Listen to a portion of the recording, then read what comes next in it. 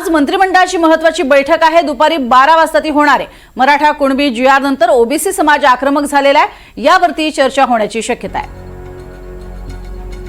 तसंच बंजारा समाज सुद्धा एसटी मधनं आरक्षणाची मागणी करतोय आणि यावरती सुद्धा चर्चा होण्याची शक्यता आहे। आज दुपारी 12 वाजता ही महत्त्वाची बैठक पार पडणार आहे। एकीकडे मराठा आरक्षणासंदर्भातला महत्त्वाचा मुद्दा काढलेला जीआर, त्यावरून ओबीसी झालेले आक्रमक आणि त्यानंतरही काही महत्त्वाचे मुद्दे, अजित पवार यांच्या संदर्भात घडलेली सोलापुरातली घटना आणि यानंतर कोणती महत्त्वाची चर्चा होते हे पाहणं सुद्धा महत्त्वाचं ठरेल, कारण बंजारा समाजानं सुद्धा एसटी मधनं आरक्षणाची मागणी केलेली आहे।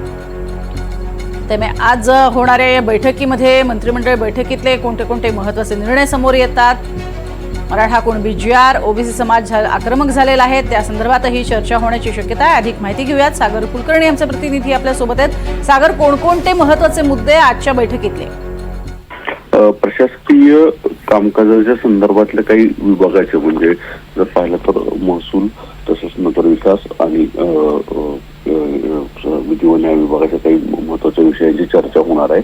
पण त्याचवेळी राज्यात सध्या चर्चा सुरू आहे ती हैदराबाद गॅजेटच्या संदर्भातली अंमलबजावणी आणि त्यानंतरनं ओबीसी समाजाने घेतलेली आक्रमक भूमिका। मागील कॅबिनेट बैठकीमध्ये भुजबळांनी अनुपस्थिती दाखवली होती आणि आपली नाराजी व्यक्त केली गेली होती। आता भुजबळ नेमकी काय भूमिका घेत आहेत किंवा ओबीसीच्या संदर्भामध्ये आज देखील ते हायकोर्टात जाण्याची शक्यता वर्तवली जाते। त्या अनुषंगाने त्याच्या चर्चात काही कॅबिनेटमध्ये उमटते, कारण की मंत्री उपसमिती दोन्ही झालेल्या आहेत। आता मराठा मंत्री उपसमितीची सदस्य या बैठकीत असतील, तर दुसरीकडे ओबीसी मंत्री उपसमितीचे सुद्धा सदस्य या बैठकीत असणार आहेत।